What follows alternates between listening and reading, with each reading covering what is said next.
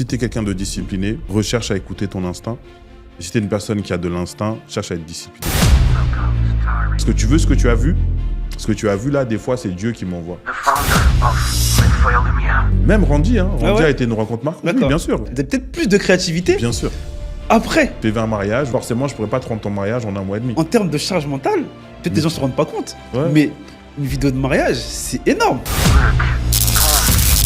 T'as eu un problème de croissance. Bien sûr, clairement, ouais. Des fois, il y a des choses que tu continues, non pas parce que tu sais que ça va marcher, mais parce que ton ego te dit que si jamais tu lâches, c'est une preuve d'abandon. Je suis extrêmement fatigué, en fait. Je suis éteint, je suis vidé de moi, de mon énergie, etc. Mais c'est chaud, en fait. Ah ouais? Ah, je te dis, c'est chaud. Apparemment, vous êtes trop cher. Est-ce que tu peux nous confirmer ou nous démentir? Et au-delà de ça, c'est quoi vos tarifs? Salut à tous, j'espère que vous allez bien. On se retrouve aujourd'hui pour un tout nouveau podcast. Et pour ça, j'ai l'honneur d'avoir avec moi un invité incroyable. Mais avant toute chose, ce que je vais vous demander bien évidemment, c'est dans un premier temps de vous abonner, de liker, de commenter et aussi de partager. Surtout, n'oubliez pas d'activer la cloche pour être au courant des prochaines actus. Comme je vous disais, j'ai avec moi un invité incroyable. Il est formateur, entrepreneur, vidéaste de mariage. Il a clairement plusieurs casquettes et sincèrement pour moi, il fait partie des meilleurs vidéastes du moment. Sans plus tarder, laissez-moi vous introduire le fondateur des Frères Lumière, Luc Pungi. Tout ça, bah forcément, il faut, c'est important. Je sais pas que je sais tout ça, mais ouais. Ça va, Romain? Comment tu vas? Ça va, nickel. Je suis super content que tu sois là. Je suis content. Quand j'ai lancé ce podcast, je me suis dit, non, Luc, il faut qu'il vienne s'asseoir, il faut qu'on discute, il faut qu'on parle. Mais pour commencer, j'aimerais qu'on puisse, dans un premier temps, aborder ton parcours entrepreneurial, dans le sens où je pense que tu as peut-être toujours toi eu cette fibre-là déjà entrepreneuriale. Tu as fait un magazine, tu as fait un restaurant, tes vidéastes de mariage. Est-ce que tu peux nous expliquer dans un premier temps ce que tu as fait déjà par rapport au magazine et au restaurant Le Baobab? Et au final, cette fibre-là entrepreneuriale, elle vient d'où? Déjà, je suis hyper honoré que tu m'aies invité, surtout que je passe juste après Greg Fink. Avec plaisir. Donc, pression un peu. Non, faut pas. Ensuite, je sais même pas si véritablement j'ai une fibre entrepreneuriale. Je pense que j'ai surtout une fibre casse-cou et une fibre de tester des choses, tu vois. Une idée qui me passe par la tête, j'ai envie de l'essayer. J'ai envie de voir à quoi ça va ressembler, tu vois. D'accord. Et je sais pas si c'est forcément la fibre entrepreneuriale. Mais en tout cas, ouais, j'aime amener des choses à la vie, tu vois. Ok, ouais. Je comprends. Je pense que c'est ça. Depuis... En fait, je pense que quand j'étais petit ou quand j'étais plus jeune, j'avais vraiment des plafonds de verre dans la tête. Tu vois, moi, je suis né au Congo, je suis arrivé en France, j'avais 6 ans, je viens d'une famille sans faire de victimisation ou quoi que ce soit, une famille plutôt hyper modeste, tu vois. Donc, quand je suis arrivé en France, c'était déjà une grosse partie du rêve qui était déjà accomplie pour moi, déjà, tu vois. Et après, donc je me disais, après ça, c'est bon, j'ai plus rien à accomplir. Quand tu as 6 ans, 7 ans, et puis il y a des choses qui me semblaient inaccessibles. Et quand il y en a une ou deux qui se débloquent, finalement, tu te dis, mais en fait, peut-être que je peux débloquer des autres choses. Bien sûr. Et tu as des rêves qui commencent à se former et tu as envie de les voir, de les amener à la vie, en fait. De les matérialiser, c'est tout. Ok. Et donc, du coup, pour revenir au magazine et également au Baobab, est-ce que tu peux nous expliquer pourquoi tu es amené du coup à les mettre en place? Est-ce que tu peux nous expliquer aussi ton vécu, ton ressenti durant ces expériences-là? Ah, d'accord. Déjà, le magazine et le restaurant, c'est parti vraiment d'un truc de « Ah, ce serait bien qu'il y ait ça ». Tu vois ce que je veux dire? Je vois, ouais. Le magazine, à l'époque où je le fais avec mon ami Chimba et Tino, qui était avec nous, Tino Fayette, qui est photographe aussi et graphiste. Quand on fait Héritage Magazine, c'est vraiment dans le truc où moi j'étais à la radio juste avant ça. Je travaillais à la radio Mangembo, une radio africaine sur Melun. D'accord. Et là-bas, j'ai découvert qu'il y avait vraiment un panel super nuancé et large d'artistes africains et en l'occurrence congolais. J'ai découvert des écrivains, des peintres, des conteurs, et plein de diversités différentes d'art, hormis les chanteurs comme Kofi, Fali, etc. Il y avait d'autres acteurs de la culture congolaise. Donc je me suis dit, ça aurait été bien qu'il y ait un magazine. Et quand tu exprimes, tu verbalises comme ça une idée, et l'idée là en question,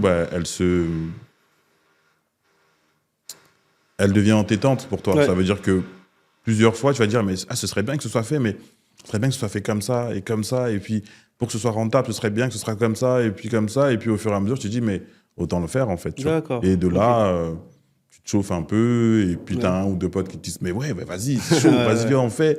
Et j'étais avec une amie, Timba, qui était aussi casse-cou que moi. On l'a fait, on n'avait pas forcément une vision commerçante. Oui. On avait une vision commerciale, c'est-à-dire on était capable de pouvoir le proposer et le vendre aux gens, mais on n'avait pas forcément une vision commerciale dans le Ouais, je sens vois. où on n'avait pas la capacité de rendre ça rentable, tu vois. Donc Ok. c'est pour ça que l'aventure elle s'est très vite arrêtée au bout Ok. de 3 numéros, je crois. D'accord, ok. Super. Écoute, merci en tout cas pour cette précision. Et du coup, le restaurant, pour moi, alors, je pense que ça a été une réponse aussi à un besoin, parce qu'effectivement, on est de Melun. Ouais. Et donc, du coup, c'est vrai qu'il n'y avait pas de restaurant, tu vois, Ouais. pour la communauté, on va dire, dans cet endroit-là. Et franchement, moi, quand j'ai vu l'initiative, je me suis dit, ah ouais, c'est incroyable. Ok, Et puis, cool. et puis toi, avec ta vision et comment tu as amené les choses, tu as vraiment créé une hype autour du restaurant. Ouais. Est-ce que tu peux nous partager un peu, du coup, les débuts du restaurant et comment ça s'est passé au final pour toi, du coup, sur cette étape-là? Pareil, c'est parti d'un pourquoi pas. Et à l'époque, je suis avec mon ami Tanguy, Ok. qui lui est dans l'électricité et qui est chaud pour qu'on parte sur cette aventure-là. D'accord. C'est parti vraiment d'un pourquoi pas, dans le sens de ce serait bien s'il y avait un restaurant Ok. à Melun. Parce que Melun, il faut savoir que tout le monde le sait, c'est la ville où il y a le plus de Congolais. C'est grave. Ça, Tout c'est le monde vraiment dit, ouais. grave. Villeneuve-Saint-Georges, Melun, c'est c'est pas mal aussi. Hein. Villeneuve-Saint-Georges, c'est vrai aussi. Mais Melun, c'est Melun vraiment en la premier, capitale. ouais. C'est vraiment Kinshasa, tu vois. C'est Matongé, en fait, comme on dit. Et donc, c'est une ville où il y a beaucoup d'Africains en général et de Congolais. Et c'est une ville où il n'y a pas de quoi manger africain, tu vois. C'est-à-dire que le soir, quand tu te balades le soir, moi, je me rappelle, c'était un tout petit peu avant mon mariage, où justement, je suis dans un truc, c'est dommage qu'il n'y ait pas un petit resto, je peux Toujours cette prendre optique-là du de c'est riz. dommage ou... Ouais, ce serait bien s'il y avait, tu vois. Ouais. Et donc, à ce moment-là, l'idée, elle commence à germer, elle commence à se former de plus en plus. Et ça commence à prendre forme. On cherche un local, on trouve un local, on D'accord. commence à l'aménager. Et il y a eu plein de couacs. C'était une vraie aventure, vraiment, Ah ouais. avec des rebondissements de fou. Et finalement, ça finit par naître. Et je me rappelle que le jour de l'ouverture, j'ai Ouais. vraiment chaud, en fait. Ah ouais, je me dis, pourquoi ouais, parce que c'est beaucoup de sous qui ont été mis, Ouais. qui ont été mis dedans. Et là, l'aventure va commencer. D'accord. Et le jour où ça va commencer, il y a un problème. Tu vois, Waouh. on a un problème en cuisine, tout ça. Ok. Waouh. Et je crois qu'il est 9h, on doit ouvrir ce jour-là. Ah C'est ouais. chaud, tu vois. Oh, Ouais, oh, ouais. oh. Et à un moment donné, mon pote Tanguy dit, en fait, en vrai de vrai, viens, on ouvre, en fait. Malgré qu'il y ait ce Ouais, problème. malgré qu'il y a un problème, viens, on ouvre. D'accord. Parce qu'il y a l'urgence financière. Chaque jour, on n'ouvre pas, c'est de l'argent, c'est des journées où on ne fait pas rentrer de l'argent, tu vois.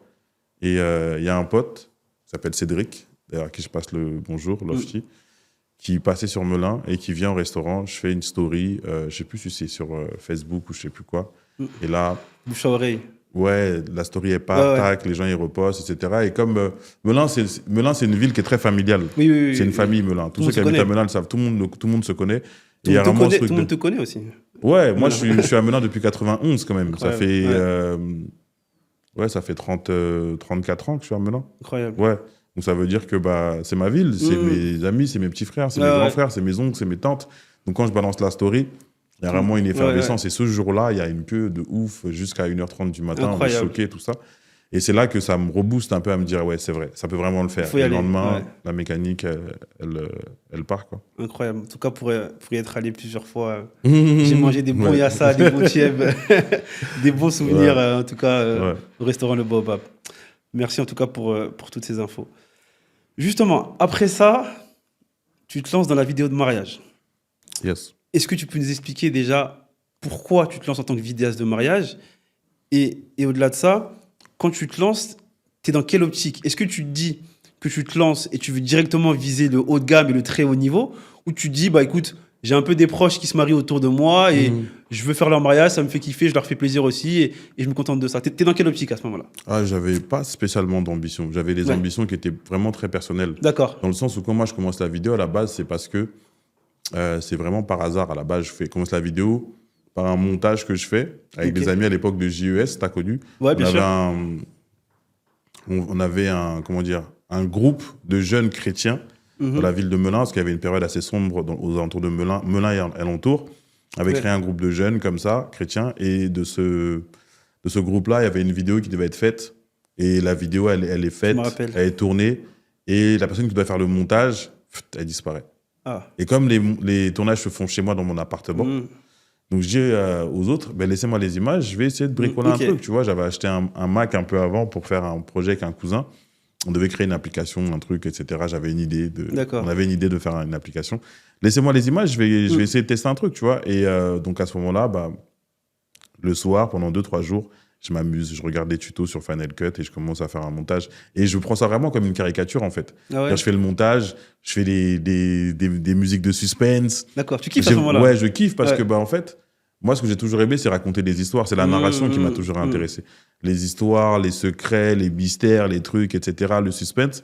Et là, pour moi, c'est une façon d'écrire. J'ai toujours aimé raconter des histoires et écrire. Pour moi, c'est une façon d'écrire, mais avec des images, en fait. Ok. Et donc, je me fais un kiff à ce moment-là, vraiment en mode regardez, je me suis fait un kiff, regardez, et il kiffe. D'accord. Bah, pour te dire la vérité, la vidéo en vrai, aujourd'hui, je pourrais pas la regarder, tu vois. Je pourrais pas la regarder, mais en 2014, ils kiffent, ils s'attendaient même pas à un truc comme ça. Ouais. La vidéo, elle est diffusée le jour de l'événement, le premier événement de JES, Jeunes en service, ça s'appelait. Ouais, et pendant cet événement-là, je filme un peu des petits trucs, je fais un petit teaser de 1 minute à peu près. Et là, je prends goût, en fait, à le fait de susciter des émotions. C'est les gens, ouais. C'est ça qui m'a plus suscité des émotions. J'ai fort. pas forcément d'ambition. D'accord. Après ça, moi, je démarre mon business de restaurant. Okay. J'ai un ami qui se met à faire de la photo. Et quand il se met à faire de la photo, des fois, il y a des gens qui demandent des vidéastes. Donc, une fois, j'y vais. Je fais une dot. Je sais même pas comment on règle un appareil. À ce moment-là, je te dis, vraiment, j'y vais vraiment... ouais, je connais pas les réglages et tout. Ouais, je connais pas du tout. Donc, j'y vais vraiment comme ça, au culot. D'accord. Je fais le truc et j'arrive à m'en sortir. Et comme mes images sont nulles, je suis obligé, derrière, d'avoir de la créativité en montage pour combler les lacunes que j'ai en prise de vue. Tu vois. Ouais. Et donc, je fais cette première vidéo, c'est un kiff. Elle dure 16 minutes à peu près, la vidéo. C'est un kiff pareil. Et de là, on me demande une deuxième fois, une troisième fois. Et la restauration, c'est pas mon créneau. Donc, je fais ça pendant 2-3 ans. Ça marche bien. La fille avec qui je bosse, qui est traiteur, veut reprendre le business. Donc, je reprends le business. Et je fais autre chose, tu vois. Ouais. Et je fais autre chose. Je crois que je travaille dans le ferroviaire pendant quelques temps. En parallèle de la vidéo. Ouais. Mais là, je suis vraiment dans un truc de... moi, je veux... C'est un plaisir, quoi. Ouais, c'est un plaisir. Je ne veux pas faire plus de autant de mariages. Et pour moi, une vidéo de mariage ne devrait pas coûter plus de tel montant. Ce qui est très paradoxal par rapport à ce que tu fais aujourd'hui. On va y arriver juste après. Ouais. Bah, en fait, pour moi, c'est même pas paradoxal. Pour moi, c'est ce que j'aime le plus dans ce monde, c'est les nuances. Et le problème, c'est que tu peux dire deux choses qui semblent parfois se contredire, mais en fait, c'est pas forcément une contradiction. C'est juste une nuance qu'il faut relever, en fait. D'accord. Et à l'époque, je considère que une vidéo ne devrait pas coûter au-delà de 1 200 € à peu près. Je considère 1 200 à 1 500 €. Et je le répète encore, tu vois. Et donc, je me dis, moi, pour compléter mon revenu, si je fais 10 vidéos par an, c'est parfait. Ça me fait à peu près 12 000 € par an. C'est parfait pour compléter mon revenu. À côté de ça, je travaille, donc parfait. Pas d'ambition particulière. D'accord. Et la vidéo prend le dessus sur mon activité principale. Et à ce moment-là, les choses évoluent. Et, voilà. Ok. Mais justement, par rapport à ça, parce que pour moi, en fait, il y a une année, alors je me dirai laquelle, mais où je trouve tu t'es très vite distingué. C'est-à-dire que au début, on te voyait un petit peu par-ci, par-là, sur certains mariages. Ouais. Et après, il y a eu le sentiment où, à un moment donné, les Frères Lumière, en tout cas, ils étaient sur tous les mariages. Et déjà, justement aussi par rapport à ça, tu t'es appelé les Frères Lumière déjà, alors que tu étais tout seul. Est-ce que tu avais déjà aussi cette vision de pouvoir t'élargir à l'avenir ou pas forcément? Et déjà, pourquoi l'appellation les Frères Lumière aussi? D'accord. L'appellation des Frères Lumière, c'est simple parce que je m'appelle Luc. Et Luc, ça veut dire lumière. Okay. Et ça, c'est quelque chose que j'ai appris, je ne sais plus à quel moment. C'est ma mère qui m'avait acheté les petits cadres comme ça, où il y a la signification de ton prénom. Elle avait acheté ça pour moi, ma sœur et mes sœurs et mon frère. Et même pour mon père. Et marqué Luc signifie lumière, nom hébraïque ou grec, nom d'origine grecque ou hébraïque signifie lumière, etc.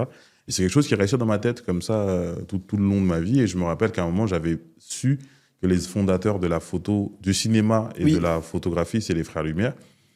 Et quand je cherchais un nom, ça m'est venu naturellement. En plus, à l'époque où je suis en plein dans mon prime chrétien, tu vois, parce que j'ai eu mon prime chrétien.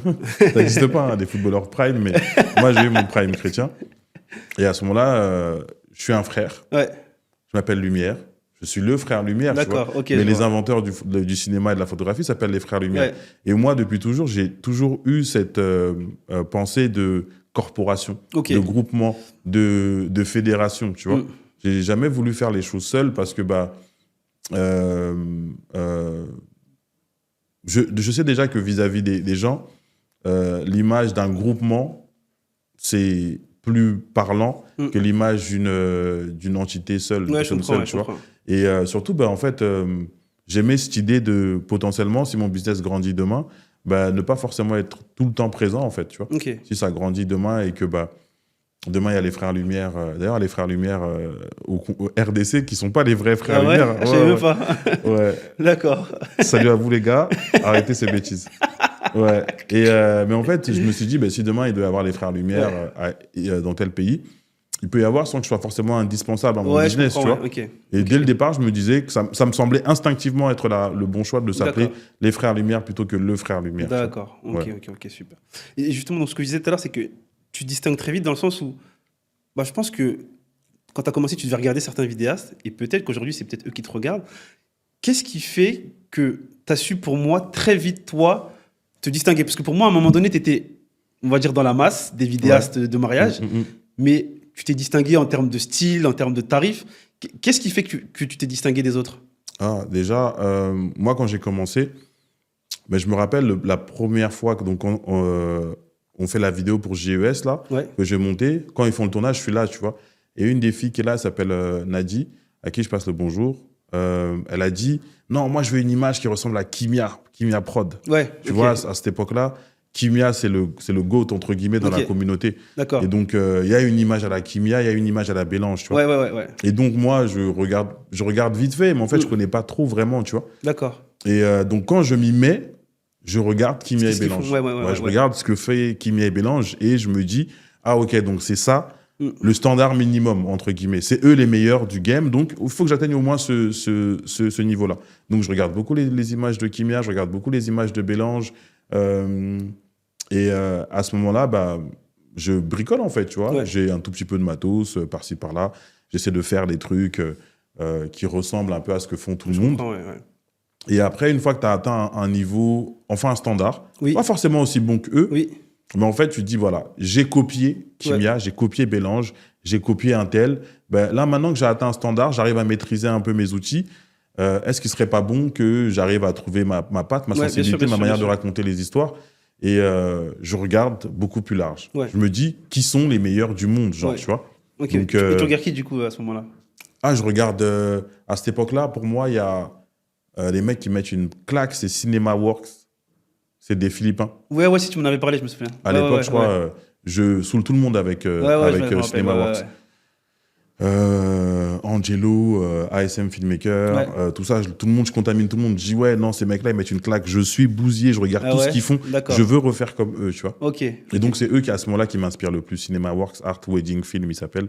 C'est des Philippins. Allez regarder leur travail, il est juste magnifique. Et donc, pour moi, c'est eux les meilleurs du monde. Ou entre guillemets, ils ont vraiment une excellence, tu vois. Et ma perception de la vidéo, elle fluctue entre l'envie de faire des trucs hyper techniques et la compréhension, ensuite, que le vrai luxe, le vrai raffinement, c'est la simplicité, en fait. Tu vois. Donc, j'essaie de trouver un juste équilibre entre la technicité, les transitions, les trucs, les effets, là, ça sort, ça rentre, etc. Et le fait de faire un truc qui soit intemporel, tu vois. Bien sûr. Et cette quête-là, elle se fait sur 1, 2, 3 ans à peu près. Et je découvre d'ailleurs Greg Fink. Mais pareil, j'ai contaminé tout le monde avec Greg Fink, parce que je découvre des mecs comme Greg, des mecs comme Pascal Délé à l'époque. Et j'en parle à tout le monde. Mais vous avez vu ce que le mec il fait? J'en vois. Qui au final ont peut-être un sens du détail beaucoup plus simpliste, en fait, au final. Exactement. Ils ont une approche beaucoup plus artistique. Parce que pour moi, l'art, c'est intemporel, tu vois. Aujourd'hui, quand je vais voir du clip de rap, par exemple, pas tous, il y en a qui sont vraiment beaux, mais c'est quelque chose qui est, pour moi, figé un peu dans le temps, tu vois, très souvent. C'est-à-dire que ça marque une époque. À l'époque, c'était ça la mode, le style de vidéo. Mais normalement, une vidéo de mariage doit être intemporelle. Ça veut dire que quand je regarde le mariage de la métisse et le prince Harry, je crois, Harry, quand je vois leur vidéo de mariage, mais la vidéo, elle est extrêmement simple. Elle est belle, tu vois. Les images sont juste belles. Il n'y a pas de transition. Il n'y a pas d'effet 3D. Il n'y a pas de... Non, il n'y a rien, en fait. C'est extrêmement simple. Exactement. Et je me dis, mais en fait, eux, c'est la royauté, en fait. C'est ça. C'est eux le plafond, entre guillemets, en termes de statut. Statut de luxe, de standing, peut-être. Ouais, même pas de standing, mais en fait, de statut. Tu auras beau être milliardaire, tu ne seras jamais roi ou prince. Tu vois ce que je veux dire? C'est le statut... humain, entre guillemets, le plus élevé, tu vois. Je sais pas si c'est correct ce que je dis, mais en gros, c'est un prince, le mec. Tu vois. Je comprends, et je vois la vidéo de son mariage, il n'y a pas de fioriture. Et même ça, c'est quelque chose que tu retrouves même dans sa façon de s'habiller. Dans la façon de... Il y a des choses qu'ils ne font pas parce que, en fait, c'est déplacé. Des choses qui ne se font pas. Et donc, tu commences petit à petit à... Voilà, tu commences à assimiler des codes de ce qu'est véritablement... moi, je veux plus de luxe, je veux du raffinement, en fait. Parce que, excuse-moi, c'est vrai que pendant un temps, c'est vrai qu'il y avait une époque où, c'est vrai, comme tu as dit, il y avait des teasers où c'était un peu un effet waouh, c'était des effets, des transitions, etc. Oui, j'ai fait ça. Et là, c'est vrai qu'on sent qu'il y a une touche un peu plus simple, un peu plus raffinée, un peu plus pure. C'est volontaire au final, ça, du coup. Ouais, clairement, parce qu'il y avait vraiment eu, il y avait vraiment eu à un moment donné la course à l'innovation du teaser. Ça veut dire que y a des mecs qui sont très forts dans ça, que je trouve archi chaud, comme Daté, Noréal, d'ailleurs qui se passe le bonjour, qui sont des mecs archi chauds. C'est-à-dire quand il te fait un teaser, tu sens qu'il y a de la technique, il y a de la maîtrise, etc., tu vois. Et à un moment donné, il y a vraiment eu ce besoin de me dire, le vrai luxe, le luxe suprême, c'est la simplicité. Ouais, c'est vrai, je suis d'accord avec toi. Ça veut dire que et ça, c'est des mecs comme des Greg Fink aussi, qui ont contribué à ce que je capte, que j'assimile ça, tu vois. Et pareil, je voulais tout le monde avec Greg Fink. Je me disais, ouais, mais ces photos, elles sont toutes... elles sont... J'ai dit, non, vraiment, ça m'énervait, en fait. Et en fait, c'est un peu de l'orgueil, quand même, parce que, en fait, lorsque tu as compris un truc et que d'autres personnes ne le comprennent pas ou ne sont pas d'accord avec toi, des fois, tu peux te dire, mais en fait, il est en retard ou quoi? Tu vois ce que je veux dire? Et quand j'ai eu cette perception, cette compréhension, et que je l'ai partagée à mon environnement, d'autres qui ont adhéré, d'autres qui ont un peu moins adhéré. Et c'est à ce moment-là que, il y a eu cette ligne directrice qui est partie véritablement vers des choses qui étaient plus simple, plus raffiné, ça, simplement. Ok. Justement, toujours pour aller dans ce sens-là, tu as commencé à faire des mariages un peu, on va dire, en Ile-de-France et autres. Petit à petit, tu t'exportais vers l'étranger. Et là, dernièrement, on sait que les mariages de la présidence, c'est les frères Lumière. Non, c'est pas vrai, mais on y est des fois. Quand même, en grande partie. Est-ce que tu peux nous expliquer un petit peu les coulisses, du moins comment ça s'est mis en place, et au-delà de ça, quelles sont les particularités, les exigences de devoir travailler en tant que photographe et vidéaste de mariage avec la présidence? D'accord. Donc, la première fois qu'on a fait un mariage de la présidence, c'était en 2000...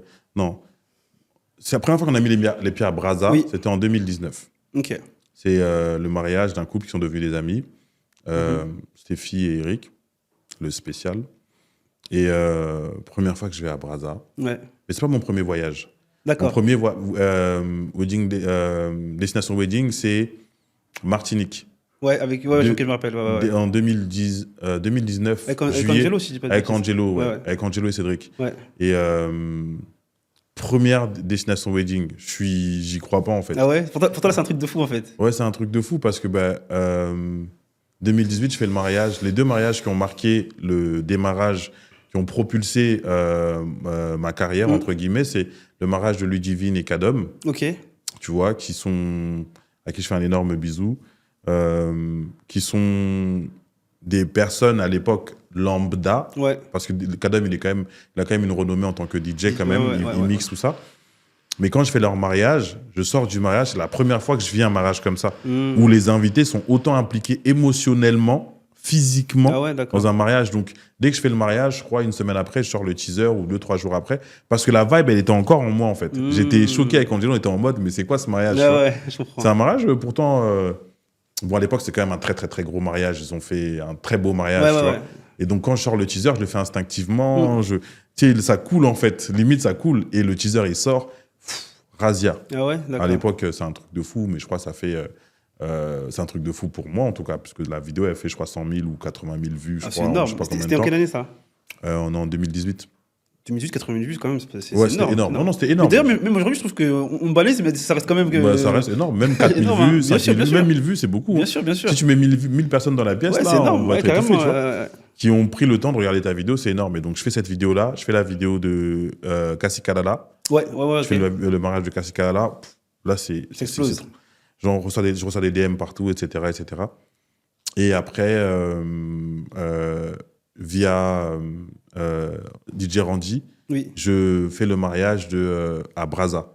Parce que lui, il est booké sur le mariage. Tu parles de Stéphie, là et... Stéphie et Eric. Eric, Ouais. ok. Stéphie et Eric, Randy est booké sur le mariage. Et quand il est booké sur le mariage, la mariée cherchait un vidéaste. Il dit, ouais, j'ai mon gars, les frères Lumière. D'accord. Lui, je pense qu'il pourrait faire le taf, tout ça. Nan, nan. Elle m'appelle, on se rencontre. Et je vais faire le mariage. Dinguerie. Ah ouais? C'est Dis-nous. charbon de fou. Pourquoi? Parce que c'est sur 3-4 jours. Ok, C'est gros mariage. Énorme mariage. Combien de personnes? On est presque, je pourrais pas te dire précisément, je pourrais plus te dire, mais Une tranche. on est sur, allez, facile 1200, 1300 Ah ouais, c'est invités, énorme, je pense. Ouais.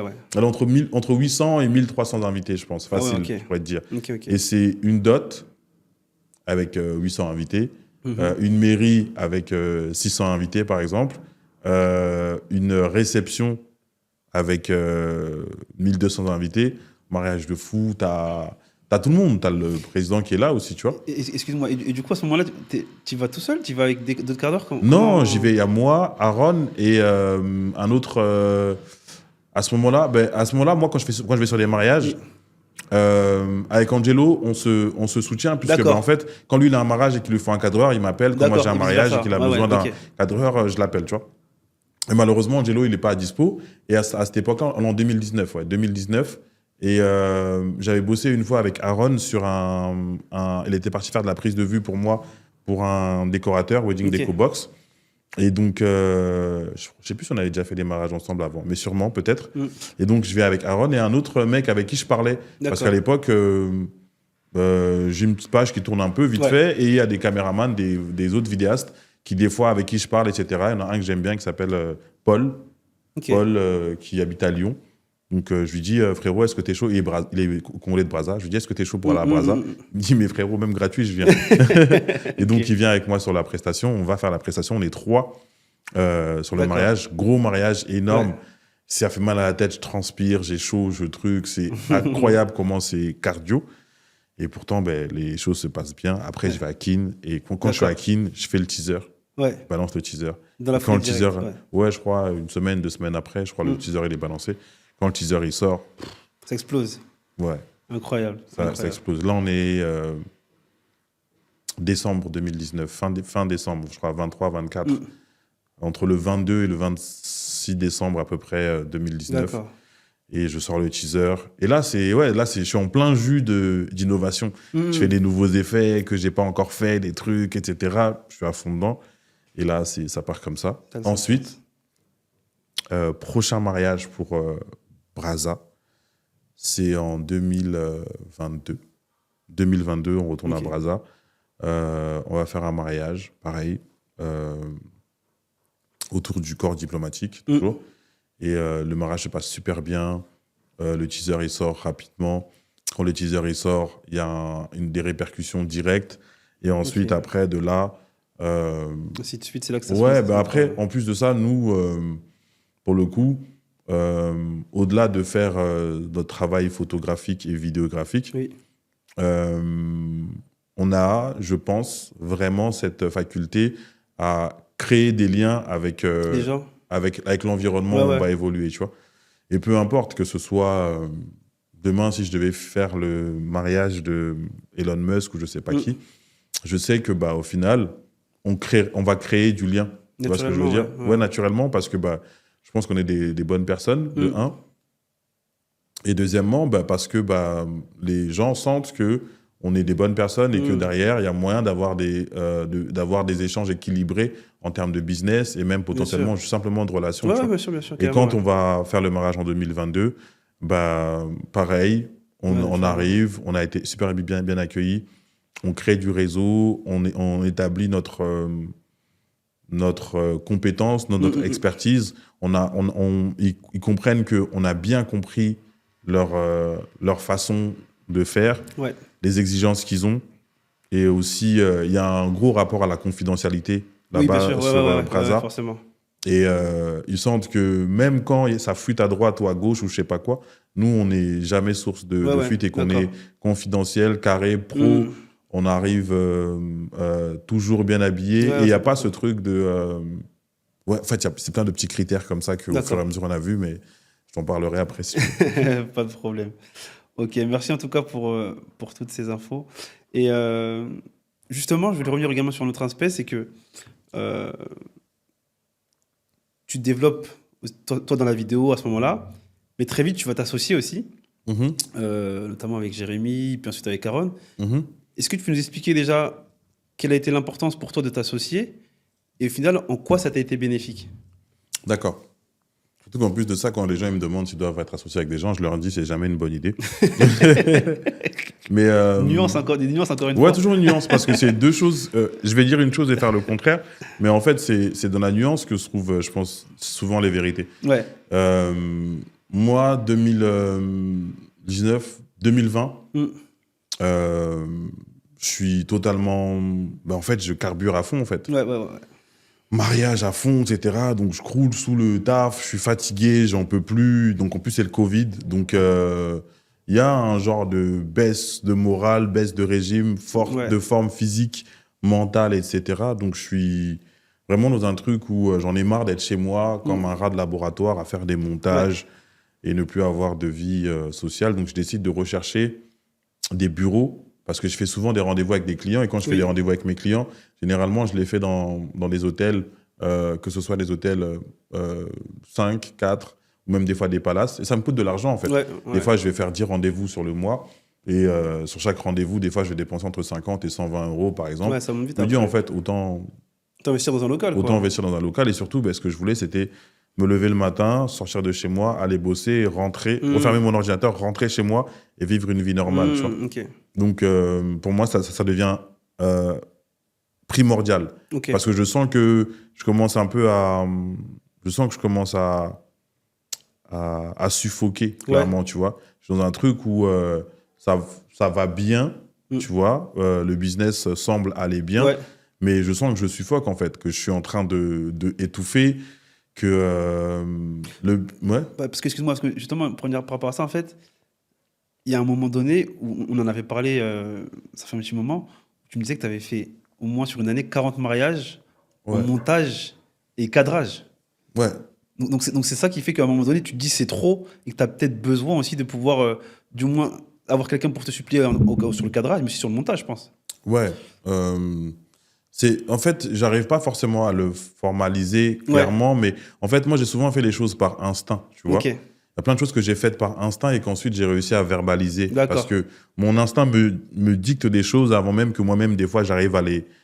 Je comprends des choses, et après, par instinct, et puis ensuite, après, j'arrive à les verbaliser clairement, tu vois. Et je sais que je suis extrêmement fatigué, en fait. Je suis éteint, je suis vidé de moi, de mon énergie, etc. Et à ce moment-là, je me dis, le fait de sortir de chez moi, simplement, de voir du soleil, de voir des gens, prendre le métro, ou simplement, ça va me faire du bien, en fait. Et à ce moment-là, je visite des locaux. Et quand je visite des locaux, Jérémy, il est avec moi à l'église. Et donc, lui, à ce moment-là, il fait de la coiffure et il fait un peu de photos de temps en temps. Et donc, quand j'ai visité, des fois, il m'accompagne, tu vois. Et quand il m'accompagne sur le local, je lui avais dit, moi, comme ça, en rigolant, mais gros, si t'es chaud... Il fait un truc, quoi. Ouais, en plus de ça, il y aura un studio photo. Moi, ce que je vais faire, c'est... Je vais prendre un local où je pourrais faire mes rendez-vous et travailler, potentiellement, pour ne pas avoir à supporter la charge du loyer, mettre un studio photo, pour que derrière, le studio photo paye les charges, en fait, tu vois. Il me dit, ah ouais, ça pourrait être une bonne idée, ouais, pourquoi pas, etc., etc., etc. Et donc, il vient visiter, et quand on visite plusieurs locaux, il y en a qui ne correspondent pas, et quand on visite le dernier, celui qui est à Ivry, ah ouais, lourd, chaud, on est aussi avec Aaron à ce moment-là. Ah ouais, chaud. Et après, de là, les choses s'embriquent, en fait, simplement. C'est-à-dire qu'il y a déjà une entité qui est là, qui a déjà pris, entre guillemets, qui a déjà fait son nom, qui est déjà installé. Et en fait, je pense que tout seul, tu vas plus vite. Mais, enfin, même pas, je pense, c'est connu. Tout seul, tu vas plus vite, et à plusieurs, tu vas plus loin. Tu vois. Et donc, c'est à ce moment-là que, justement, se crée cette association de personnes qui ont le même but, des visions communes, et c'est parti, en fait. Ok, super. Merci en tout cas pour toutes ces infos. Je voulais revenir également sur un autre aspect. Apparemment, vous êtes trop cher. Est-ce que tu peux nous confirmer ou nous démentir? Et au-delà de ça, c'est quoi vos tarifs? D'accord. Mais en fait, je sais pas, trop cher, ça commence à partir de combien? C'est ça aussi, c'est relatif. ça dépend, peut-être que trop cher pour toi, c'est pas pareil pour moi, donc ça dépend de chacun au final. Ouais, clairement. Je sais pas c'est quoi trop cher. Mais en fait, alors, quand je dis trop cher, j'ai l'impression que... Plus cher que les autres. C'est ça. C'est-à-dire que, comme je disais tout à l'heure, je pense que pendant un temps, vous étiez effectivement dans la masse, on va dire, entre guillemets, ou pour, entre guillemets, les gens lambda, même si, au final, c'était un petit peu élevé, on pouvait permettre de se payer les Frères Lumière. Là, aujourd'hui, j'ai le sentiment que pour le citoyen lambda, si on veut les Frères Lumière, c'est un peu compliqué. C'est plutôt dans ce sens-là. D'accord. Qu'est-ce que tu dirais par rapport à ça? Je dirais que non, c'est faux. Ok. Je dirais que non, c'est faux. Parce que, déjà, je sais pas c'est quoi trop cher. Et aujourd'hui, qui a fixé le prix normal des photographes et des vidéastes? Souvent, ce qui se passe, c'est que les gens définissent le cher par rapport à leur tarif. Qu'ils ont en tête. Ouais, ça s'appelle la barre psychologique. J'ai un prix psychologique. Ça veut dire que si je te dis combien devrait coûter une caméra, tu ne travailles pas dans la vidéo, tu te dis, ouais, pour moi, une caméra, c'est, je sais pas, pour filmer, je sais pas, 300 €, 400 €. On va te dire, ça coûte 4 000 €. Ouais. Tu vas te dire, mais c'est 10 fois plus cher, c'est trop cher. Mais en fait, moi, quand je vais acheter une caméra à 4 000 €, 5 000 €, un objectif à 1 900, 2 000 € ou je sais pas combien, je sais ce que je vais en faire. Et je sais ce que ça m'apporte comme valeur. Donc aujourd'hui, nous, quand on est arrivé, et moi-même, lorsque je fais mon cheminement, je veux casser ce truc-là un peu de la valorisation du photographe et du vidéaste, parce que je le sais. Et j'ai vu ce que ça a engendré chez moi en termes de séquelles, on va dire. Tu vois ce que je veux dire? Ouais, je vois totalement. Et pour que tu sois rentable à 2 000 €, il faut que tu fasses 40 mariages. Ce qui est énorme. 30 mariages ou 20 mariages, par exemple, parce que tu payes des gars. Si jamais tu es déclaré, tu payes à l'État aussi, etc. Donc, si jamais tu fais tes parents à 2 000 €, il faut que tu fasses 20 mariages, 30 mariages par an. C'est trop en termes de charge de travail. Mais c'est de la folie, parce que c'est de la créativité, de la productivité. Tu peux être créatif, et la créativité, c'est un dieu capricieux, dans le sens où tu peux être créatif aujourd'hui, mais demain, peut-être que tu ne seras pas créatif. Ouais, bien sûr. Donc, ça veut dire que si tu as 20 mariages, tu as l'obligation d'avoir de la créativité et de faire de la créativité dans la productivité. Ça veut dire qu'il y a un moment donné où la machine, elle se casse un peu. Comme si tu ne donnais pas assez d'essence à une voiture pour qu'elle avance, mais tu voulais quand même qu'elle fasse un Paris-Marseille. Donc, au bout d'un moment, la machine, elle peut casser. Moi, je l'ai vu que ça a eu des conséquences et des séquelles sur moi. Oui, bien sûr. On en parlera après. Mais au final, je ne peux pas me dire que pour que je sois rentable, il faut que je fasse 20, 30, 40 mariages qui amènent des problèmes pour les clients et pour nous-mêmes. C'est-à-dire que, en fait, si je fais 20 mariages ou 30 mariages, forcément, je ne pourrais pas 30 ton mariage en 1 mois et demi. Ah oui, forcément. C'est-à-dire que forcément, je vais te le rendre en 5 mois ou 6 mois parce que, en fait, je ne sais pas comment vont se passer les caprices de ma créativité. Parce que tu veux ce que tu as vu. Ce que tu as vu là, des fois, c'est Dieu qui m'envoie. C'est Dieu qui va m'envoyer ça un 6 mai ou un 32 juin, je sais pas. Ouais, c'est vraiment de la créativité. Quoi. Ouais, c'est vraiment, waouh, ah ouais, là, je sens le truc, j'ai trouvé la bonne musique, tout ça, etc. Je sais pas comment je pourrais le faire. Mais en tout cas, j'ai voulu casser ça. Parce que je l'ai fait, je l'ai expérimenté. Ouais, bien sûr. Au début, quand tu arrives, vraiment, tu te dis, mais c'est lourd, en fait. J'ai fait un mariage, 2 000 €, oh, c'est dans ma poche, direct, etc. Tu encaisses les sous, tu mets dans la poche, tu vas manger, paire de baskets, une petite caméra ou un petit micro, un truc, etc. Okay. Mais ensuite, tu as pris un autre 2 000 €, un autre 2 000 €, ça fait 6 000 €. Mais en fait, tu n'as pas encore fini la première vidéo. Ouais, c'est ça. Et tu as déjà mangé l'argent de la troisième vidéo. Donc ça veut dire qu'il y a un moment donné où dans le cheminement, là, où il y a un moment donné où tu vas avoir un poids de travail, un poids de conscience, un poids de pression, je ne sais pas quoi. D'accord. Quand ça arrive une fois, ça va. Ouais. Tu gères. Quand ça arrive 2, 3, 4 fois, et t'as l'impression que tu peux faire des crises d'angoisse. Ouais, non, bien sûr. Tu peux faire des crises d'angoisse. Et ça, comme il y a une phrase qui disait, si ça te coûte ta paix, c'est que ça coûte trop cher. C'est là où je dis que 2 000 €, 3 000 €, 4 000 €, c'est pas assez cher. C'est pour ça que moi, à un moment donné, j'ai dit, je vais faire le moins de mariages possible. Pas parce que j'aime pas le mariage, mais pour conserver justement mon attrait du mariage, pour pouvoir fournir un meilleur service aux clients. Forcément. Et qu'ensuite, je puisse être véritablement disposé à fournir le meilleur travail derrière, tu vois, D'accord. à amener les meilleures vidéos, etc. Ça revient un peu à ce que je disais avec Greg, c'est qu'en fait, au final, tu es dans une optique de. Tu es plus dans une optique qualitative. Déjà, tu te retrouves, toi, peut-être aussi financièrement, on va pas se le cacher, mais au-delà de ça, même pour le client, au final. Donc, le client, il Bien peut. sûr. C'est du gagnant-gagnant. Il est gagnant, c'est gagnant-gagnant. Et je me rappelle, on avait parlé, tu me disais que des fois, tu pouvais mettre 3 jours, par exemple, avant de trouver une musique pour faire un teaser. Bien Donc, sûr. c'est-à-dire qu'il y a une certaine exigence que peut-être les clients ne voient pas. Quand toi, tu fais un teaser ou une vidéo de mariage, c'est pas quelque chose qui se fait comme ça, on a vu la vidéo d'un tel et on recopie. Non, il y a une exigence, il y a de la recherche. Donc, au final, comme tu as dit, c'est gagnant-gagnant et tant mieux pour toi et pour le client, quoi. Oui, parce qu'il y a des types de vidéos qui peuvent se faire de manière instantanée, parce que c'est des vidéos qui n'ont pas vocation à être intemporelles, tu vois. Ouais, je comprends. Nous, ce qu'on fait, c'est du business de l'émotion. C'est du business de l'intemporel et de l'éternité. Ça veut dire que moi, quand je ne serai pas là, j'ai envie que mes enfants ils regardent la vidéo, etc. Donc, ça veut dire que moi, quand j'ai passé ma journée avec marié X et marié X, quand je dois faire leur vidéo de mariage, il faut que je trouve un truc qui correspond à l'environnement dans lequel ils étaient, l'ambiance qu'ils avaient, etc. Et que j'arrive à... Des fois, tu peux trouver ça comme ça. Des fois, ça peut prendre du temps, tu vois. Et ensuite, après, comment tu racontes l'histoire, comment tu fais ceci et cela. Et c'est ça qui fait que, au final, il y a plein de gars aujourd'hui qui font des photos, des vidéos. Allez, même toi, quand tu as commencé, je t'ai dit directement, t'es pas assez cher. Augmente direct. Tu me matrixes avec le fait d'augmenter. Tu dis augmente. T'as raison. Ouais, en fait, il y a une première étape où tu n'étais pas cher. Vas-y, c'est bien, très bien. Ouais. Parce que je pense que quand tu commences, il ne faut pas que tu sois cher parce que ça te permet de te retirer la pression. Parce que quand tu as mangé beaucoup d'argent et que tu débutes, ça te met la pression, une mauvaise pression. Tu dis, est-ce que je vais être à la hauteur de l'argent que j'ai gagné ? C'est ça. Au début, prends moins que ce que tu devrais mériter potentiellement. Comme ça, tu n'as pas de pression et tu es libre un peu. Tu as l'impression qu'en fait, là, carrément, je donne du caviar à un client qui va peut-être payer du camembert, tu vois. Ok, je comprends. Mais après, il y a un moment donné, il faut que tu valorises très vite ton travail. Bien sûr. Parce que culturellement, aujourd'hui, on nous apprend qu'une vidéo de mariage, ça coûte ça, une photo de mariage, ça coûte ça. Mais en fait, c'est les photos qui vont le garder le plus longtemps dans Bien sûr, c'est extrêmement important. T'es pas un photomaton, entre guillemets, tu vois. C'est vrai. T'es pas 5 €, j'appuie, et puis les photos, et puis après, ça passe. Non, ces photos-là, ces vidéos-là, c'est le business de l'émotion. C'est-à-dire que c'est un moment dans leur vie qu'ils vont vouloir garder le plus longtemps possible, montrer à leurs enfants, à leurs petits-enfants, etc. Exactement. C'est très intéressant. En tout cas, merci pour toutes ces infos. Et justement, en allant dans ce sens-là, je voulais revenir sur un autre aspect, c'est la charge mentale. Yes. Dans le sens où, déjà, en tant qu'homme, on a aussi une charge mentale, mais en tant qu'homme...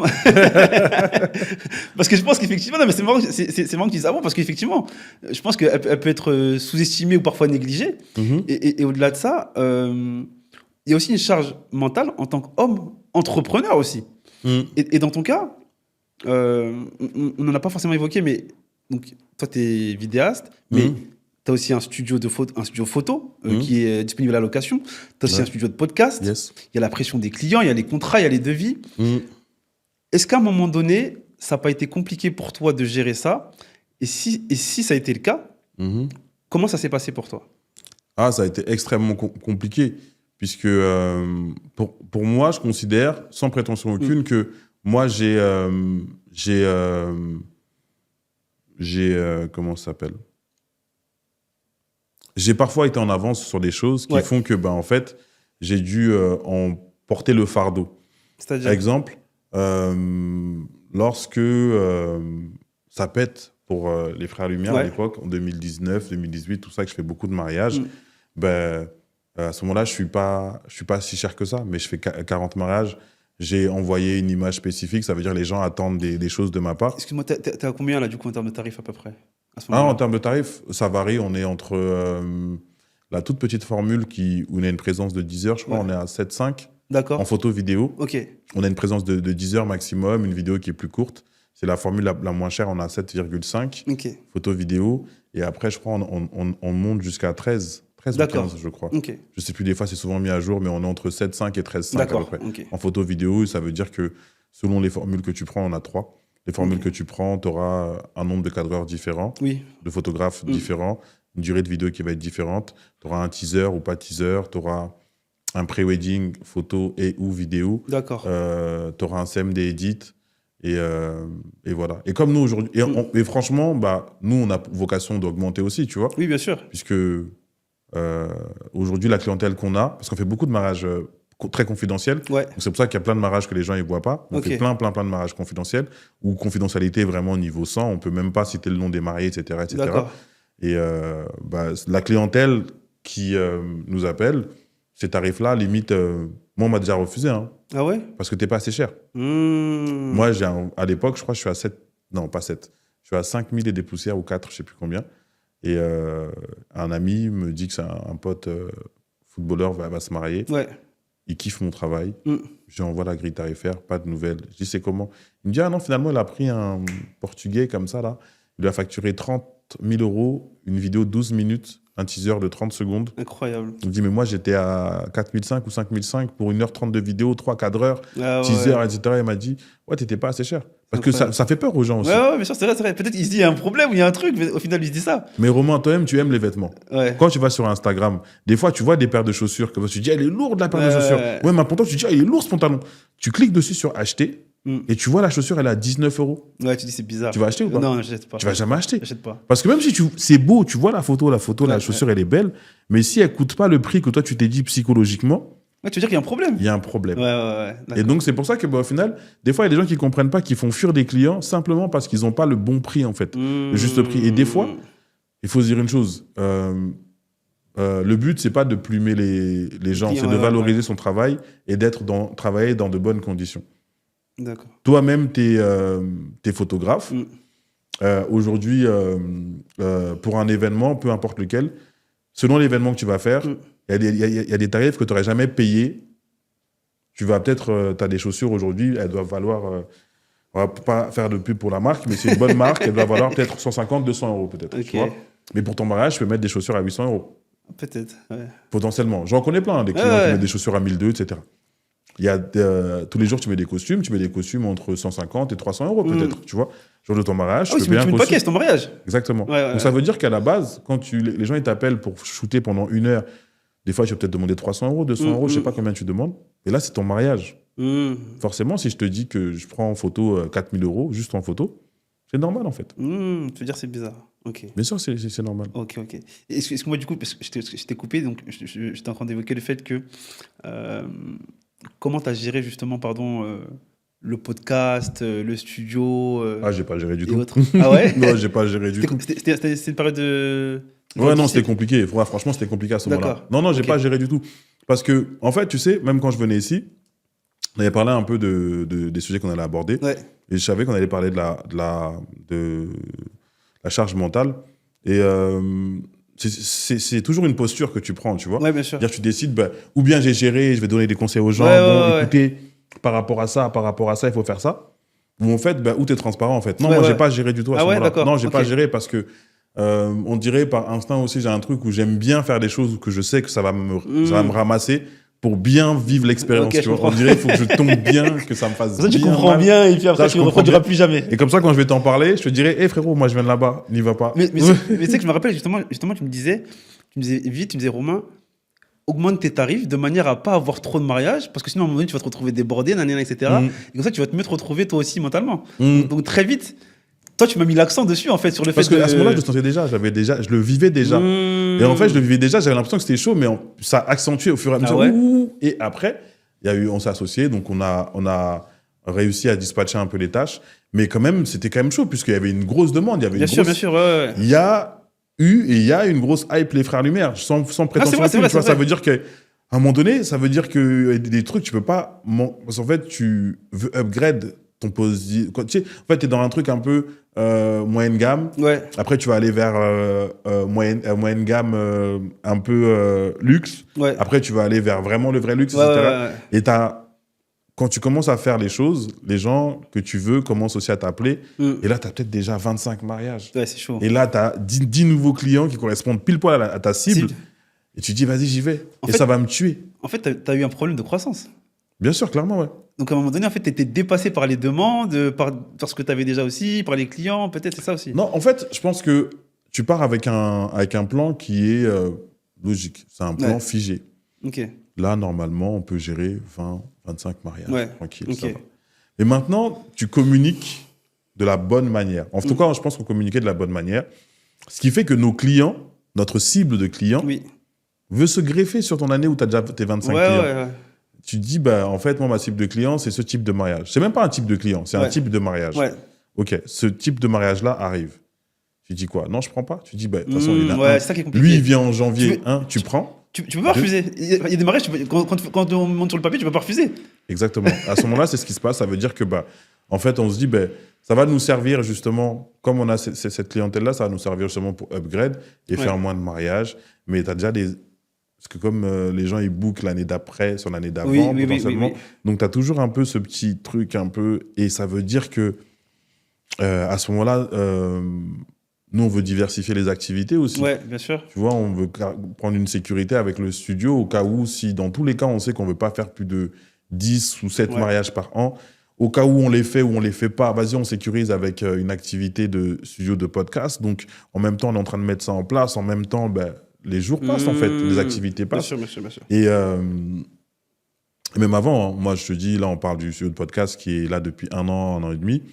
Mais avant ça, déjà, non, je ne gérais pas. C'était chaud. En fait, et je pense que je parle à beaucoup de vidéastes. Je pense à certains en particulier, avec qui j'ai échangé à plusieurs reprises. Mais c'est chaud, en fait. Ah ouais? Ah, je te dis, c'est chaud. Moi, j'ai parlé avec des vidéastes. Ils étaient au bord de choses graves, dramatiques. Tu vois ce que je veux dire? C'est terrible. Et en fait, les gens ne se rendent pas compte. Ils étaient au bord de choses qui sont dramatiques. Quand je dis dramatique, je te laisse imaginer. Quand je dis dramatique, c'est le terme dramatique. Ça veut dire que tu es arrivé à un point où ce que tu aimes, tu le gerbes. Ouais, tu le vomis, en fait. C'est trop. Ouais, et parce que, en fait, si jamais tu dis non, t'es méchant, tu te la pètes, et tu fais un mariage, les gens attendent à ce que tu leur fasses la même hype que tu as fait pour le mariage d'un tel, mais là, tu es déjà sur un autre... C'est trop une surcharge. Et des fois, tu étais bloqué, en fait. Tu as le syndrome de la page blanche, tu pètes les plombs. Et justement, en fait, je parle aussi avec d'autres amis vidéastes qui me disaient, la différence qu'on a, c'est que moi, une fois que le mariage est terminé, mon processus créatif, il est terminé. Exactement. C'est-à-dire que je suis plus dans la réflexion de « Attends, là, l'effet, le truc, non. » Toi, c'est la productivité. Il est stérile. C'est-à-dire que là, je suis là, mes retouches, tac, ok. Par contre, vous avez de la créativité le jour J, et carrément même, je dirais, vous avez peut-être plus de créativité. Bien sûr. Après. Donc, au final, en termes de charge mentale, peut-être les gens ne se rendent pas compte, mais une vidéo de mariage, c'est énorme.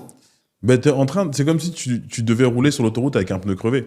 Ouais, c'est terrible. Tu vois ce que je veux dire? Et tu roules sur un trajet Paris-Nice. C'est-à-dire que les vidéastes, j'en connais d'ailleurs plein, qui disent « Ah, moi, jamais de la vie, je ferai de la vidéo de mariage. » Ah ouais? Il y en a plein qui me disent ça, et je les comprends totalement. Ils savent déjà. Jamais de la vie, je ferai de la vidéo de mariage. Parce que il y a une telle pression, une telle attente. Et puis, surtout, ce qui se passe, c'est que quand tu es dans le créneau afro et mixte, on est des communautés qui sommes compliquées.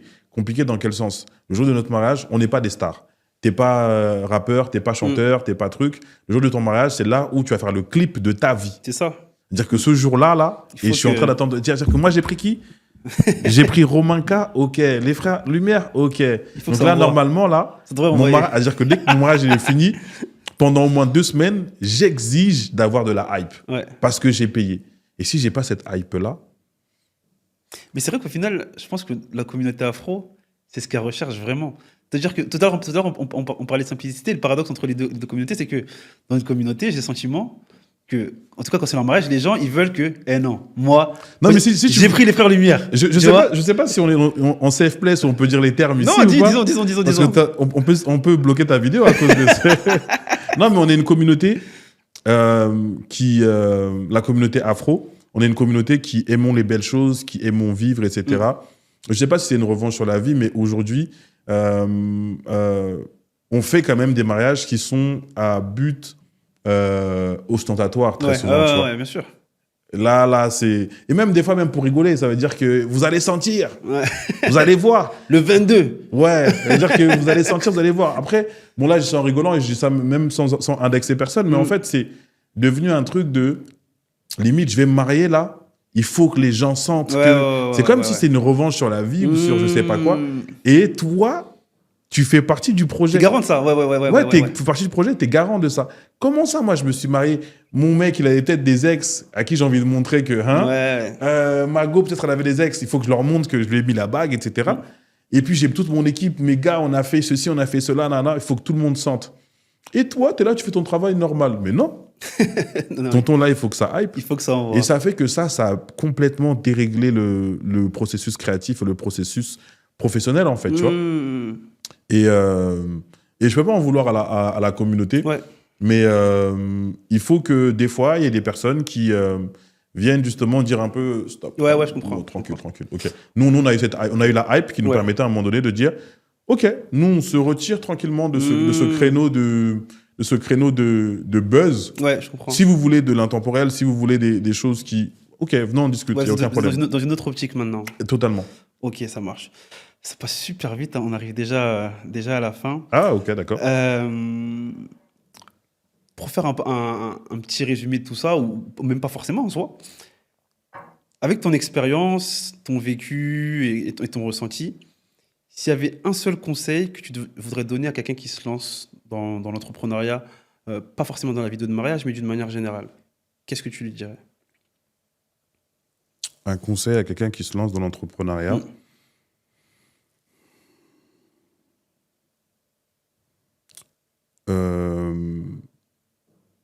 Si tu es quelqu'un de discipliné, recherche à écouter ton instinct. Et si tu es une personne qui a de l'instinct, cherche à être discipliné. Est-ce que tu peux développer un petit peu? Bah, tu vois, moi, je pense avoir beaucoup de discipline, mais de pas être... Enfin, beaucoup d'instinct, mais de pas être très discipliné. Tu vois ce que je veux dire? Et ça m'a joué beaucoup de tours dans ma vie. Mais ça a continué à m'en jouer des fois. Je suis quelqu'un de extrêmement instinctif. Ouais, je comprends. Je pense être créatif. Je suis curieux. Je fais les choses qui m'intéressent, mais les choses qui m'intéressent pas, j'ai pas envie de les faire, en fait. D'accord, ok, je comprends.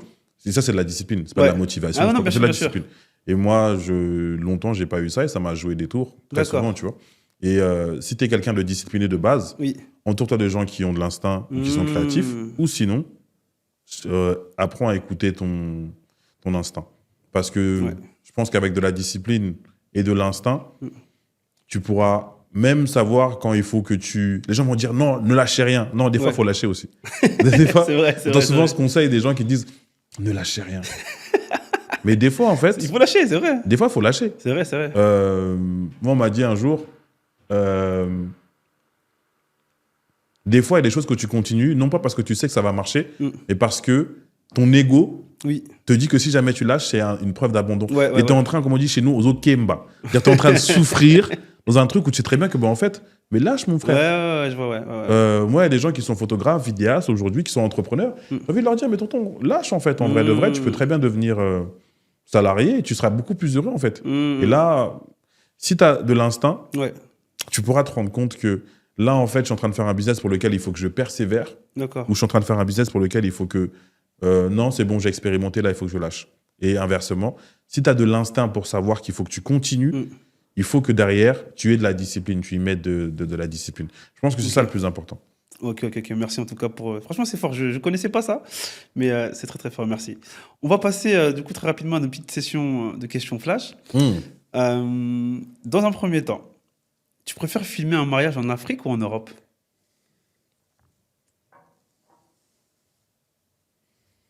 Oh, franchement, j'ai pas forcément de préférence. Moi, c'est les gens. Ça va paraître hyper utopique, fantasme, etc. Mais non, moi, c'est les gens. C'est vraiment les couples. C'est les gens. Tu préfères avoir un couple avec qui tu t'entends bien, c'est ça? Ouais, c'est vraiment... franchement, j'ai fait des mariages en Afrique où j'étais beaucoup plus content qu'en France, en Europe. Où j'ai fait des mariages en Europe où j'étais plus content parce que c'est une question de feeling, tu vois. D'accord. Aujourd'hui, quand je te parle de Stéphie et Eric, je te parle de HJH, je te parle de plein d'autres. Aujourd'hui, c'est des gens avec qui on a de très bons rapports, tu vois. Okay. Et il y a des gens qui sont ici en France aussi. Je parle de Ludivine et Kadom, par exemple. Ludivine, c'est une sœur et Kadom, c'est un frère, tu vois. C'est-à-dire que si je devais me demander, est-ce que tu as fait le gros mariage que tu as fait au Congo, là-bas, contre le mariage de Ludivine et Kadom, je sais pas ce que je te dirais. Ah ouais, mais clairement, c'est pas la même chose, en fait, c'est différent. Ouais, c'est vraiment une question d'énergie, tu vois. D'accord. Ouais, clairement. Ouais. Ok. Tu préfères filmer ou monter? Ah, je préfère... Ah, ça, c'est une question difficile. Parce qu'en fait, il y a des moments où monter, ça devient vraiment un fardeau, Ouais. tu vois. Mais j'aime le fait de raconter des histoires. C'est vraiment une manière de ramener des choses à la vie, tu vois. Je comprends. Donc, aujourd'hui, je filme de moins en moins. On a des collaborateurs qui ont travaillé avec nous assez longtemps pour qu'ils puissent savoir ce qu'on attend en général. Donc, je filme de moins en moins. Je monte toujours. D'accord. Beaucoup. Et donc, je pourrais pas te dire si je préfère filmer ou monter. Je crois que je préfère monter entre guillemets, dans un rythme safe, tu vois. Ok, je comprends. Et dernier point, c'est quoi la rencontre la plus impactante que tu as eue, du coup, depuis que tu fais de la vidéo de mariage? Quelle est la rencontre qui était la plus impactante, pardon? La plus impactante? Qui t'a le plus marqué? Que ce soit des mariés, un couple, ou pas forcément, ou autre chose, hein, tu vois, dans ce sens-là. Ah ouais, c'est la rencontre la plus impactante. Ou peut-être un confrère, ou un vidéaste. Ah, il y en a plein, franchement, il y en a plein. Et là, c'est dangereux, parce que j'ai fait ça le jour de l'inauguration de LFL Studio. Et... Je te retrouvais à dire lui, ouais, je me suis retrouvé à avoir oublié des blazes. Et moi, je suis congolais, donc ça, c'est ma session Libanga. C'est ma session dédicace, c'est ça? On peut dire ça comme ça. Ah mince, j'ai vraiment peur d'oublier des gens. J'ai peur d'oublier des gens et ça me ferait très très mal. Ah ouais? Je te pose une colle, là. Là, en fait, dans ma tête, il y a plein de noms qui sont en train de fuser. J'ai envie de vous dédicacer, là. Là, toi qui regardes la vidéo, tu te dis, est-ce qu'il va dire mon blaze? Si jamais je ne l'ai pas dit, ne m'en veux pas. Non, alors franchement, j'ai une affection très particulière pour Ludivine et Kadom. Je l'ai cité au moins 4-5 fois. Ouais, bien sûr. C'est pour moi de vraies bonnes personnes, tu vois. Kadom, aujourd'hui, il a une énergie incroyable, une bonne énergie incroyable, tu vois. J'invite tous ceux qui le rencontrent. Si tu as un problème avec Kadom, c'est que c'est toi le problème. Je dis ça, je rigole, mais en fait, c'est vraiment une bonne personne. Aujourd'hui, un mec comme Angelo, ASM Filmmaker, c'est un frère. Bobby, pareil. Toi, bah, ça fait depuis 2014 qu'on se connaît quand même. Exactement, ça date. Hein. Depuis 2014. Bah, pour le coup, tu fais partie des... Tu sais, quand on se rassemble et qu'on parle un peu entre nous des gens, etc., enfin, quand on parle des gens, mais quand on dit « Ah, mais un tel, comment tu connais ?» Bah, en fait, bah, pour moi, depuis que je te connais jusqu'à aujourd'hui, tu as conservé cette image pour moi de personne qui n'a pas la pudeur de l'orgueil. C'est-à-dire? Je viens d'inventer le terme. Mais comment l'expliquer? En fait, tu es une personne qui... Il y a plein de gens qui ont ce truc-là un peu, les mecs un peu... T'aimes bien un gars, mais tu vas pas lui dire. Tu vois ce que je veux dire? Ok. Et toi, je trouve que tu as vraiment ce truc où, quand on te rencontre et qu'on est une bonne personne, on est content de te rencontrer. Tu vois, dans le sens où tu es une personne, si je fais des choses de bien et que je te rencontre, et je peux avoir un petit coup de mou ce jour-là, tu vas me dire non, frérot, franchement, c'est lourd ce que tu fais, etc. Sans la pudeur de ce côté un peu masculin. Ok, je vois ce que tu veux dire. Et ça, c'est grave lourd, je trouve. Merci beaucoup. Des Richie Makeup, c'est une sista. Rosine, Fab Air, Rose et Zinris, il y a tellement de gens. Jérémy, ça a été une rencontre marquante dans ma vie. Forcément, c'est mon associé. Donc, marquante à plein d'égards. Hein. Aaron, pareil, ça a été une rencontre marquante dans ma vie. Même Randy, hein. Randy a été une rencontre marquante. Oui, bien sûr. Randy, je l'ai rencontré, je ne sais plus en quelle année. C'était une rencontre marquante dans... Bah, après, peu importe l'issue d'une relation que tu as avec une personne, tu peux pas nier l'impact d'une personne. C'est Cédric Faustin. Cédric Faustin, très marquant. Tu as commencé aussi quelque part. De quoi? Tu as commencé avec lui quelque part aussi. Oui, bien sûr, clairement. Cédric Faustin, j'ai commencé avec lui. Et ouais, une rencontre très marquante dans ma vie, entrepreneuriale et même business. J'ai rencontré plein de gens. Ah, Xavier Siné-Waltam. Xavier Siné-Waltam. Une très bonne personne, une très belle personne. Ouais, après, on a plein. Franchement, je suis vraiment désolé. Les autres qu'on n'a pas pu citer, pardonnez-nous. Hein. Mais on pardonne le cœur. J'aurais jamais dû faire ça. Tu vois ce que j'ai fait là Je l'ai mis dans un premier. Je le savais, je l'ai fait quand même. Ah, mince. Ah, mince. Merci en tout cas. D'un point de vue un petit peu plus perso, quel est le livre qui t'a le plus marqué? Je sais que t'es un lecteur. Ah, la Bible? Non, attends. Attends. Les gens vont croire que je fais grave du... j'ai dit à un moment donné dans ma vie, j'étais à mon prime en tant que chrétien, etc. Je sais pas si ça existe aussi comme terme, mais aujourd'hui, franchement, j'ai lu plein de livres. Hein. Le Zaïre de Paulo Coelho, ça fait partie des bouquins qui m'ont grave marqué. L'Alchimiste aussi, etc. J'en ai lu plein d'autres. Même le Da Vinci Code, moi, ça m'avait quand même marqué parce que j'aime beaucoup les mystères, etc. Mais je vous assure, et je ne suis pas du tout dans la fantasmer des trucs, etc. Ouais. Mais parce que j'avais plein de discussions sur les contradictions de la Bible avec des amis, etc. J'ai jamais lu un livre aussi captivant, aussi intéressant, aussi que la Bible. Waouh, c'est fort. Non, mais je te dis la vérité. Et pourtant, aujourd'hui, je suis pas à mon prime. Non, mais c'est vrai que la Bible, franchement... Non, c'est une dinguerie. Hein. Non, mais c'est vrai que la Bible, franchement, c'est un livre incroyable. Ouais, je peux passer du matin au soir en discuter avec des gens, tu vois. En fait, il y a tellement de... Il y a trop de choses. Il y a tellement de choses à décortiquer. C'est incroyable. Ouais, incroyable. Et si vraiment t'aimes les mystères, si jamais t'aimes les révélations, si jamais t'aimes la notion de sacrifice, franchement, c'est un manuel de survie de plein de choses, en fait. Incroyable. Ouais. Et beaucoup de mes intuitions, d'ailleurs, viennent de la Bible. Ok. Il y a plein de choses que je dis, je pense que... Et après... je me rends compte que j'ai des sources bibliques. Ça ne veut pas dire que j'ai toujours raison, je suis toujours en accord avec la Bible. Mais le livre qui m'a le plus impacté dans ma vie, sans faire le chauvin, sans faire le truc, la Bible pour de vrai. Ok, super, merci. Ton plat préféré? Moi, je suis un viandard. C'est quoi, toi? Moi, c'est agneau braisé ou bœuf ou un truc comme ça avec... moi, c'est la viande. Après, tu mets ça avec du riz. Ok. Ou des haricots, ou du fumbois. Ou avec... Fumbois, toi? Ouais, fumbois, je peux manger. Hein. Franchement, fumbois, j'aime bien. Quand il est bien fait, j'aime bien le fumbois. Okay. Mais en fait, c'est de l'agneau. D'accord. Bien braisé, bien assaisonné. Avec à côté du riz ou de la chicouane. D'accord. Ok, ça marche. Et dernière question. Là, je vais te poser une petite colle. Je pense, Braza ou Kin? Oh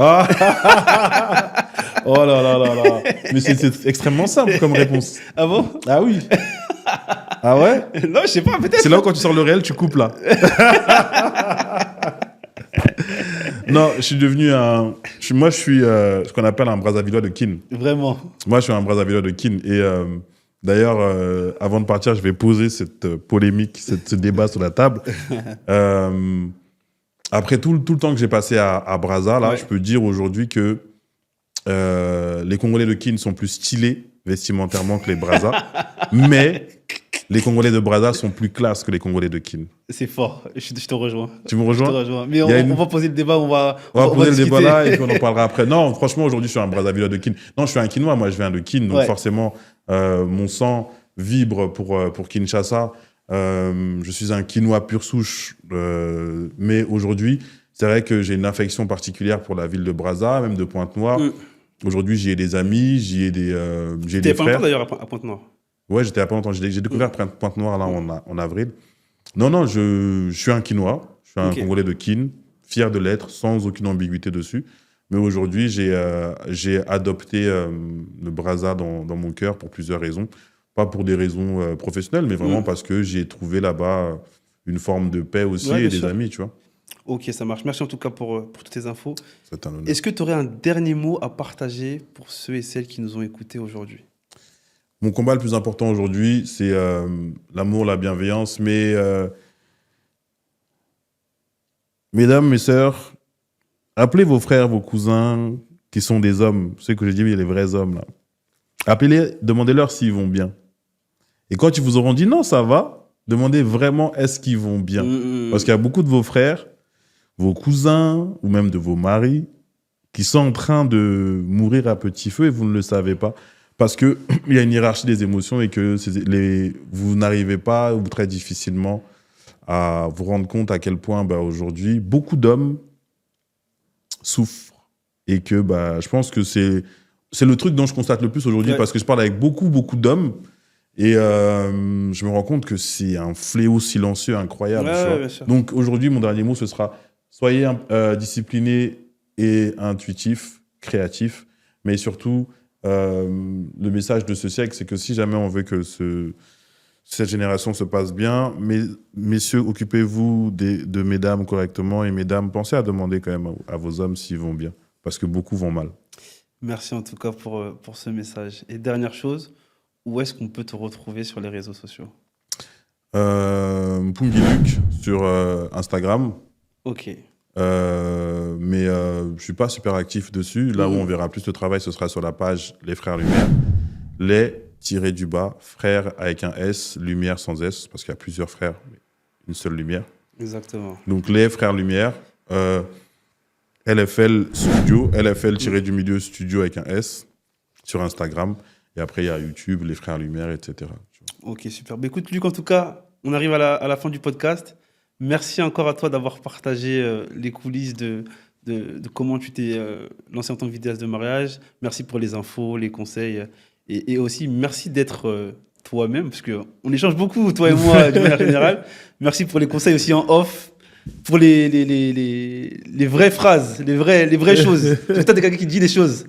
Ouais, donc, je devrais m'impliquer à moi-même des fois. Je pense que c'était quelqu'un qui est vrai, donc c'est important d'avoir, je pense, des personnes comme toi dans notre entourage. Et merci encore à toi d'être venu ici. Ça a été un honneur pour moi de venir chez toi, d'avoir été invité. Et j'espère que l'émission va prospérer encore plus. Merci beaucoup.